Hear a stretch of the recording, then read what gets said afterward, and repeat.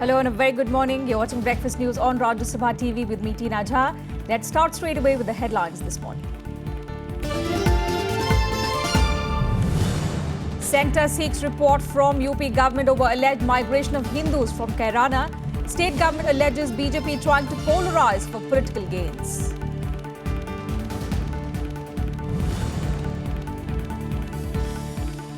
President Pranab Mukherjee holds talks with his counterpart during visit to Ivory Coast. India promises assistance to African nation for developing economy and infrastructure.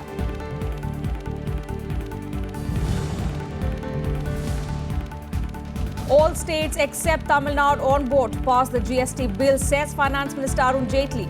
Rules out constitutional cap on the rate.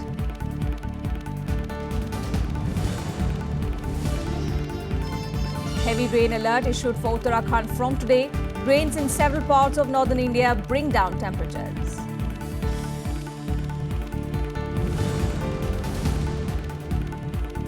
And US President Barack Obama calls for added restriction on access to weapons. However, says lone actors of small terrorist cells are very hard to detect and prevent.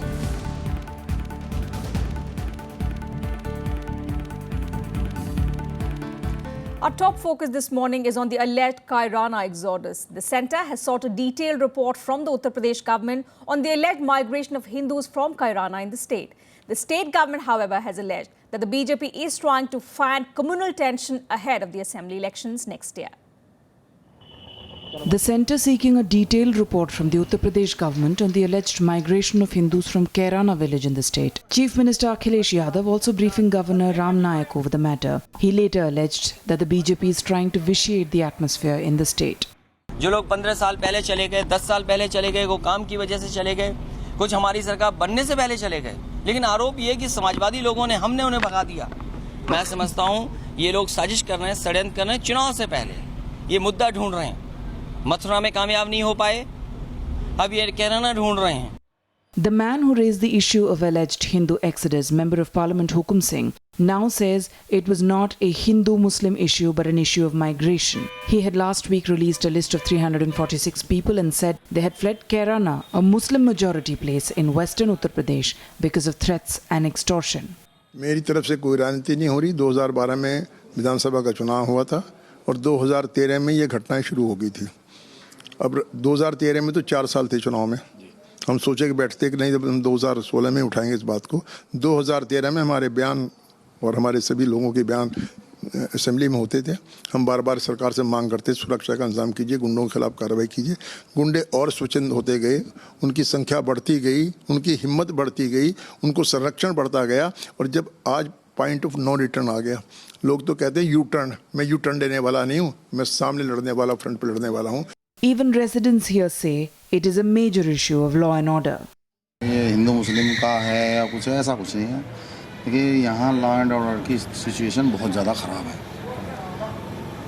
Extortion मांगी जानी, murder हो जाना, लूटपाट हो जाना, लड़कियों से बदतमीजी हो जाना, ये जर्नल बात हो गई है। पिछले 2-3 साल से यहाँ पे अपराध ज़्यादा बढ़ गया है। जो व्यापारी वर्ग है उसको धमकियाँ रंगदारी की ज़्यादा मिल रही हैं और वो यहाँ से पलायन कर रहे हैं।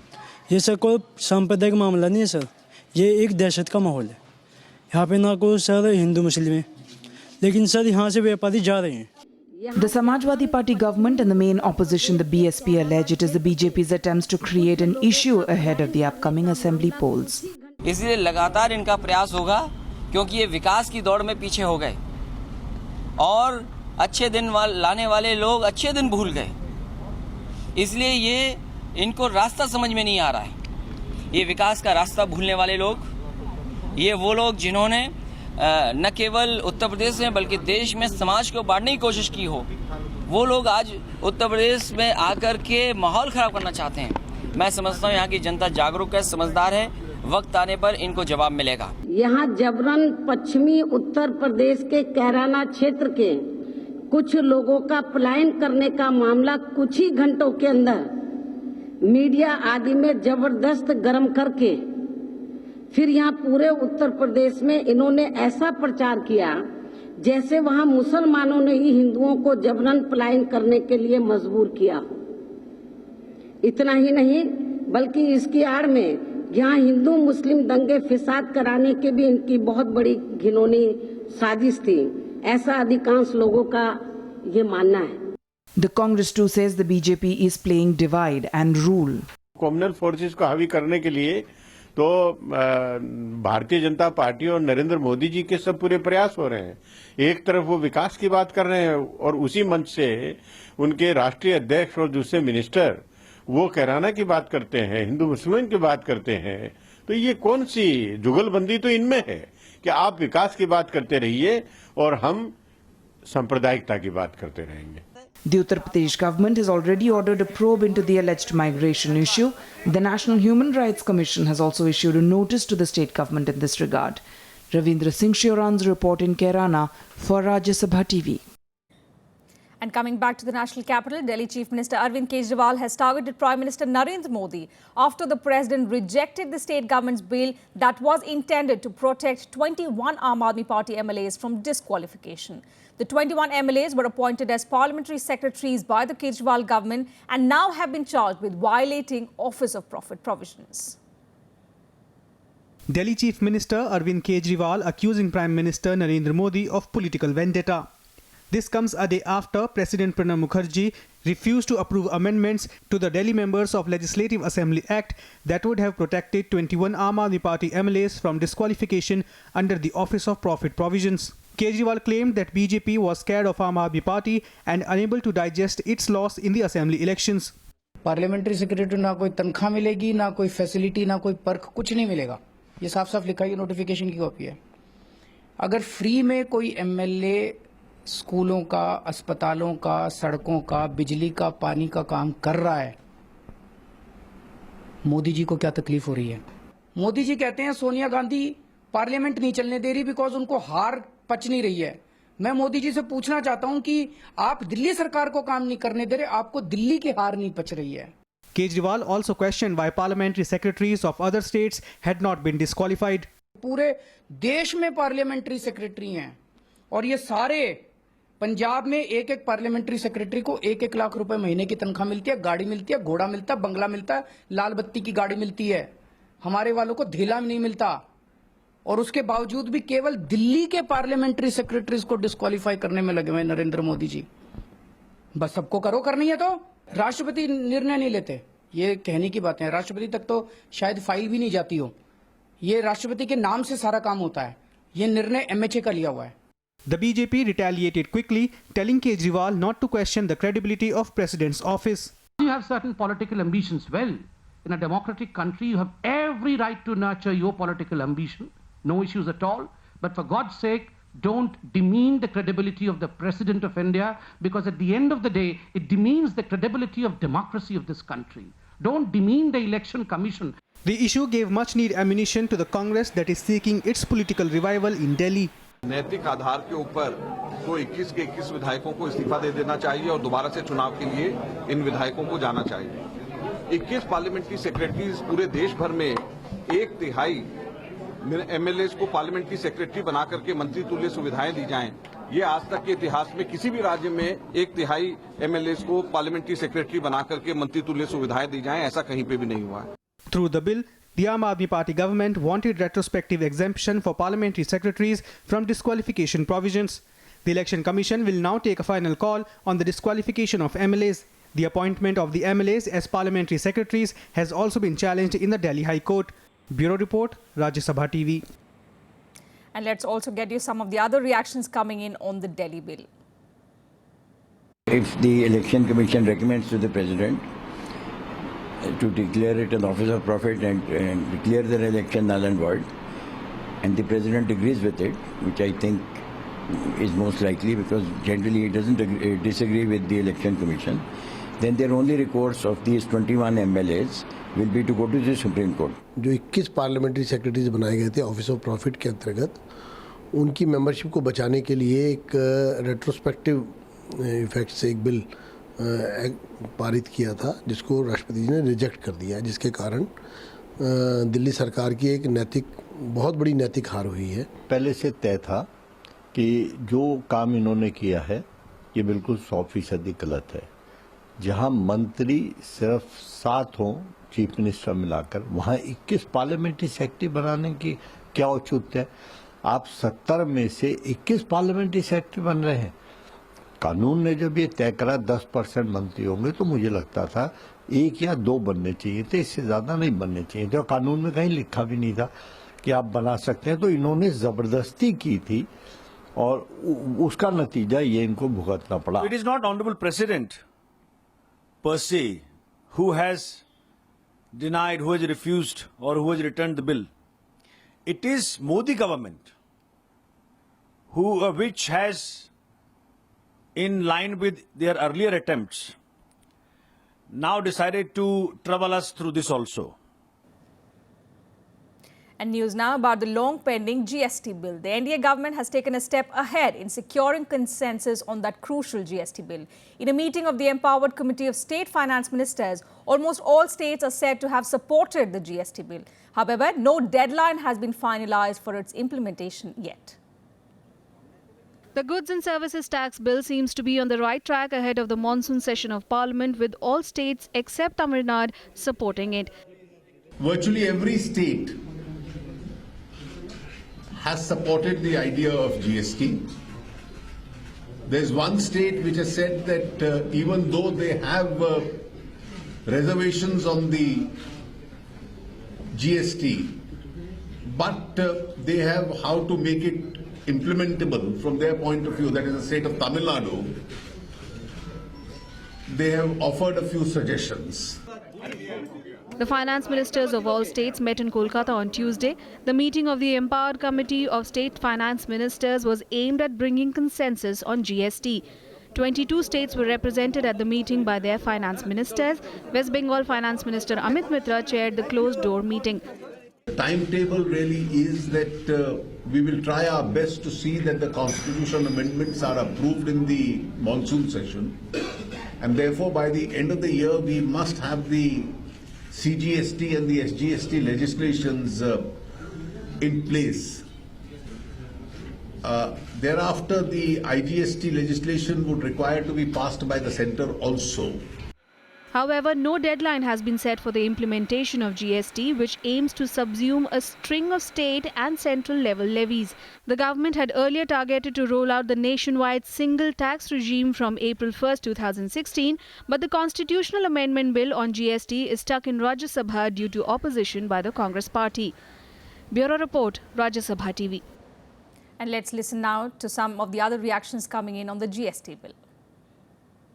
देखिए, हमारा मानना है कि जीएसटी देश के विकास से जुड़ा हुआ एक महत्वपूर्ण बिल है, रिफॉर्म से जुड़ा हुआ बिल है, और जीएसटी पास होना देश के विकास के साथ साथ राज्यों के विकास के लिए जरूरी है। हमें विश्वास है कि जीएसटी पास होगा। अब देखेंगे जब पार्लियामेंट आएगी वो उस वक्त देखेंगे। जीएसटी वो 3 साल से कह रहे हैं कि अब इस वक्त पास होगा, इस सेशन में होगा। जिस हमने कुछ मुद्दे रखे हैं उनके सामने, उन मुद्दों पे अगर वो चर्चा करें और उन अमेंडमेंट्स को वो मानेंगे तो जरूर जीएसटी पास होगी। जीएसटी के तो हम भी फेवर में हैं, लेकिन तो अब ये तो सरकार के ऊपर बनता है ना कि जब सारे स्टेट फेवर में हैं तब आप माहौल बनाइए। तब भी अगर आप माहौल नहीं बना पा रहे हैं तो ये कहीं ना कहीं आपकी अकर्मण्यता है, क्योंकि जब आप मान रहे हो कि सारे स्टेट फेवर में हैं तब समस्या कहाँ है। Moving on, Vijay Mallya has been declared a proclaimed offender by a special PMLA court in Mumbai. The development came on a plea by the Enforcement Directorate in connection with the money laundering probe against him. Mallya has multiple arrest warrants pending against him, including a non-bailable warrant under the Prevention of Money Laundering Act. The ED has been wanting Mallya to join investigations in person in its PMLA probe against him and others in the 900 crore rupees alleged loan fraud of IDBI Bank, and has virtually exhausted all legal remedies like seeking an Interpol arrest warrant and getting his passport revoked. On the weather front, the Met Department has issued a heavy rains alert in Uttarakhand for the next 2 days.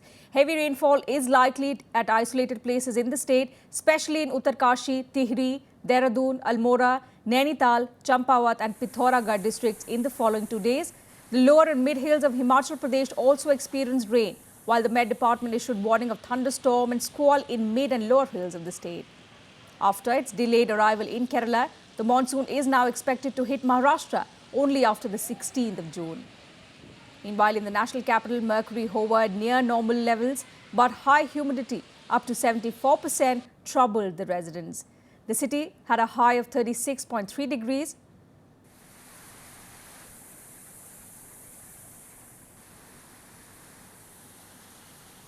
बहुत अच्छा लग रहा है। यहाँ beaches में बहुत अच्छा enjoy कर रहे हैं हम। मौसम बहुत अच्छा है। ऐसा मौसम तो हमें हिमाचल वगैरह में या कहीं और मिलता है, पर गोवा में मौसम बहुत अच्छा है। गोवा में आने के लिए सबसे बेस्ट मौसम ये है आने के लिए। रेनी सीजन बहुत बढ़िया है, मज़ा आ रहा है टूर का। और वैसे भी फर्स्ट टाइम आए हैं तो एंजॉय कर रहे हैं, खूब एंजॉय कर रहे हैं। सब बीच पे जा रहे हैं, मार्केट में भी गए, मार्केट भी अच्छा है, सब तरह से फुली एंजॉयड हो रहा है। On that note, we'll slip into a very short break here. News and updates will continue on the other side.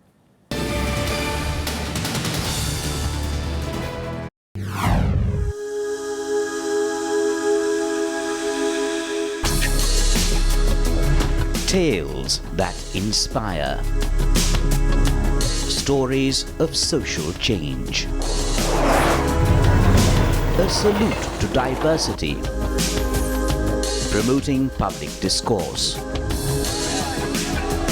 Events that motivate. Inspiring the innovative spirit. Watch Rajya Sabha television documentaries. Mondays, Tuesdays and Wednesdays at 10:30 p.m.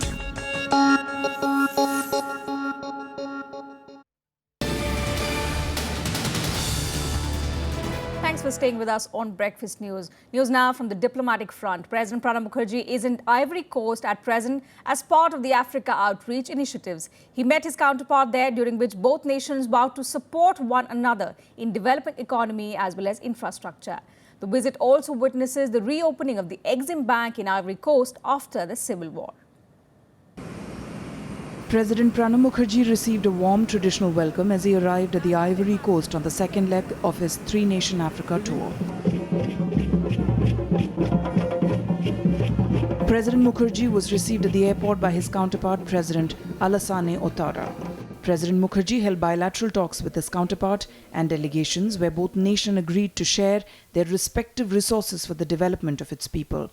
Excellency, Ivory Coast has, thanks to your dynamic leadership, transformed into an economic engine of growth for the entire West African region. I take the opportunity to commend your tireless efforts in bringing peace and stability to your country. Your country is blessed with fertile soil and abundant agricultural and mineral resources. Our public and private sectors are keen to join you in exploring these resources efficiently and in setting up agro-based industry. President Mukherjee extended his gratitude to the President of Ivory Coast for keeping steady economic growth. It is a maiden visit by President of India to the Ivory Coast and is seen as India's outreach to Africa. Both nations signed an agreement to reopen the Exim Bank in Ivory Coast, which was relocated to Dakar, West Africa during the civil war. Basically, Exim had started its regional office here in 1992. Then it had moved out and they had only one office left in South Africa. So today in front of the two presidents, they signed the agreement on, it is called what? Agreement to seize the accord. Accord de siège. Accord de headquarters agreement, literally. Basically where the host government gives you various facilities as an international institution. So that includes a bit of diplomatic immunity, yes, a few privileges, etc. So that was signed today. So Exim Bank, of course, is quite happy. In a symbolic gesture, the President will receive the key of Abidjan city, the economic capital and the largest city of the Ivory Coast. It has been the fastest growing economy with 9% growth for the past 4 years. India will remain a steadfast partner in assisting your country in its economic development and growth. Over years of working together closely for the benefit of our peoples, our two governments have developed a successful framework for our bilateral cooperation. We would be happy to join your government in developing the infrastructure that you require in the different sectors of your growing economy. At this time, when both our nations are on the path of rapid development, there are infinite opportunities that must be seized. President Mukherjee also promised assistance in developing economy and infrastructure and said India looks forward to infinite opportunities that coexist with the African nation. Ivory Coast is the biggest producer and exporter of cashew nuts to India, which procures nearly 80% of its total exports of cashew nuts. The country is now hoping to receive investment from India. Cocoa production will soon start in the Ivory Coast to compete with Switzerland and Ghana. Bureau Report, Rajya Sabha TV. And moving on now to the United States. Just a day after a mass shooting in Orlando, Florida, President Barack Obama on Tuesday delivered a scathing rebuke of Donald Trump's anti-Muslim rhetoric, blasting the Republican presidential nominee's immigration proposals as dangerous.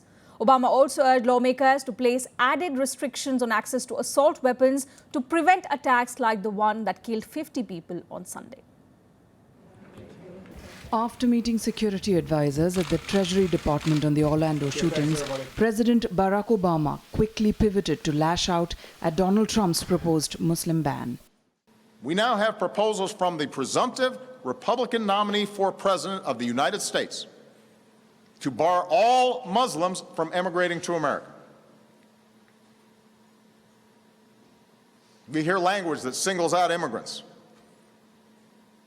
and suggests entire religious communities are complicit in violence.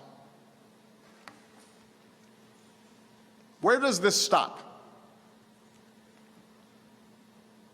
The Orlando killer, one of the San Bernardino killers, the Fort Hood killer, they were all U.S. citizens. Are we going to start treating all Muslim Americans differently? The president responded to Trump's speech on Monday, blaming the Obama administration and Hillary Clinton for policies that Trump said have helped the terrorists. Obama said such talk is dangerous and hurts U.S. efforts to win the support of moderate Muslims. He, however, said the fight against lone wolves is very hard. These lone actors or small cells of terrorists are very hard to detect and very hard to prevent. But across our government, at every level, federal, state, and local, military and civilian, we are doing everything in our power to stop these kinds of attacks. Obama also urged lawmakers to place added restrictions on access to assault weapons to prevent further mass shootings in the future. If we really want to help law enforcement protect Americans from homegrown extremists, there is a meaningful way to do that. We have to make it harder for people who want to kill Americans to get their hands on weapons of war that let them kill dozens of innocents. Campaigning in Pennsylvania, Hillary Clinton blasted Trump for suggesting that the president was signing with terrorists. Even in a time of divided politics, this is way beyond anything that should be said by someone running for President of the United States. In a speech on Monday, Trump said he would suspend immigration from parts of the world with a history of terrorism. Trump also lashed out at Clinton. Altogether, under the Clinton plan, you'd be admitting hundreds of thousands of refugees from the Middle East with no system to vet them or to prevent the radicalization of the children and their children. Meanwhile, after going through his worst nightmare, a survivor of the Orlando attack, who was shot thrice, told media that he played dead to live. And I'm just there laying down, I'm thinking, I'm next, I'm dead. So I don't know how, but by the glory of God, he shoots towards my head, but it hits my hand. And then he shoots me again, and it hits the side of my hip. I had no reaction. I was just prepared to just stay there, laying down, so he won't know that I'm alive. The attack on Pulse nightclub in central Florida was the deadliest mass shooting in modern U.S. history and the worst attack on the lesbian, gay, bisexual and transgender community. Bureau Report, Rajya Sabha TV. And let's now take a look at some other international stories we are following this morning in World Wrap. Venezuelan President Nicolas Maduro agreed to hold high-level talks with the U.S. government in order to ease tensions between Caracas and Washington. U.S. Secretary of State John Kerry has also been positive about the talks. The two countries have been embroiled in diplomatic hostilities since the administrations of Venezuelan President Hugo Chavez and U.S. President George W. Bush. However, Kerry is hoping to go beyond the old rhetoric. The United Nations Security Council unanimously adopted resolution to ensure arms embargo on Libya.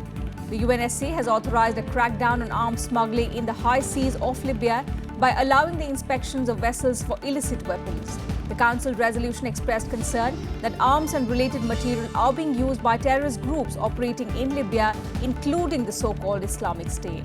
The implementation of arms embargo aims to increase the stability of Libya as well as that of neighboring states and the whole region.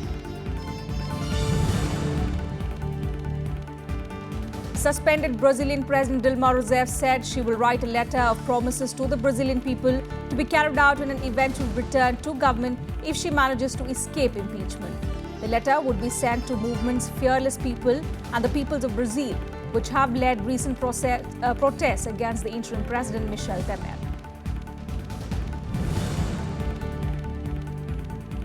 Firefighters and emergency crews battled a large forest fire in the Cebola National Forest on Tuesday.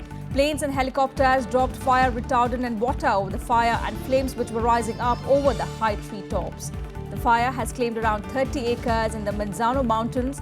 Officials have asked local residents not to panic.